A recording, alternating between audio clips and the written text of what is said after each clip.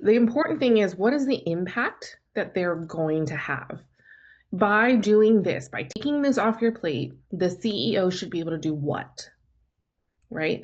So I think that's important because no matter how big or little the task, especially when it comes to organizing, they need to feel a sense of like momentum and feel a sense of that they're contributing to your company, who you are, right? So that is like the candidate, not you. What do you want them to have? So, like, what's their personality trait you're looking for? What's the work style you're working for? What's the values? So, if you're into personality tests, you can say, I am specifically looking for an Enneagram, whatever, or an IN, whatever. Like, when we were hiring for CEO's assistant one time, he is an ENFJ on the Myers-Briggs, which means he is, no, he's an ENFP, which means he's very Whoop whoop. Same. yeah, yeah.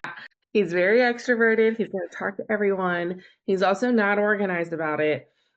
And everyone wants his time. He's like a New York Times bestselling author 24 times over. And so when we looked for an assistant for him, we actually very specifically said we wanted an INTJ because we needed an introvert who wasn't going to compete with him for fame because celebrities would come through. Like I'm in Washington, D.C., congressmen and senators were coming through, and she like could care less. Like we needed someone who was not going to be like, can I ask for an autograph? Can I do this? Right? Like, so we wanted that introvert, but also like that understood the importance of it. We wanted someone with the intuition, the N. We wanted someone who wasn't really a feeler because they would have to say no to a lot of people. And we wanted someone who was very organized with the J. And so in the job description, we said we are looking for INTJs, like, or we would consider an INFJ. And so that really helped narrow down the scope of like what we need. So if you have something like that, that's great, but it's not a requirement. It just kind of helps you figure out like what fits best for your team dynamics.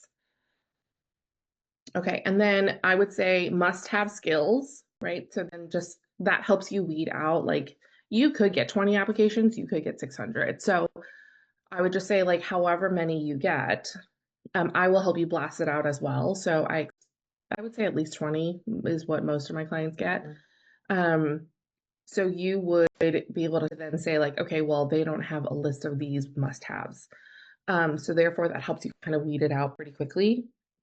The other thing is like some people didn't have a list of must-haves, but they fit everything else. And as I'm interviewing them, they have already started taking courses in that skill set. So that kind of helped me weed out a lot of people too, because that was great proactiveness.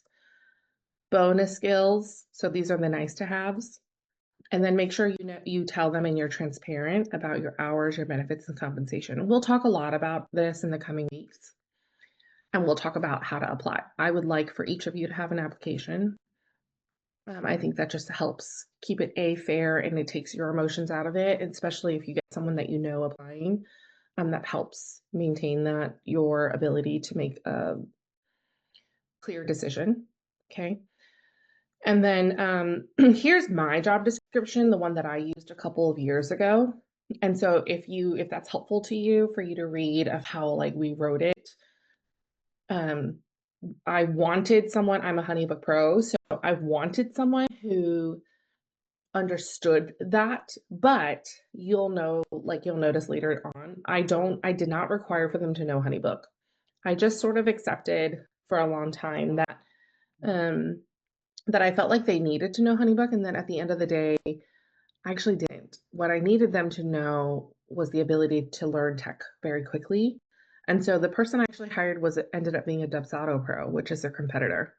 And she took time to learn HoneyBook really fast. And just acknowledging that like no one's going to be the same designer as you are, Amy. No one's going to like produce things and think ahead like you are, Danielle. So just kind of thinking through like what complements that.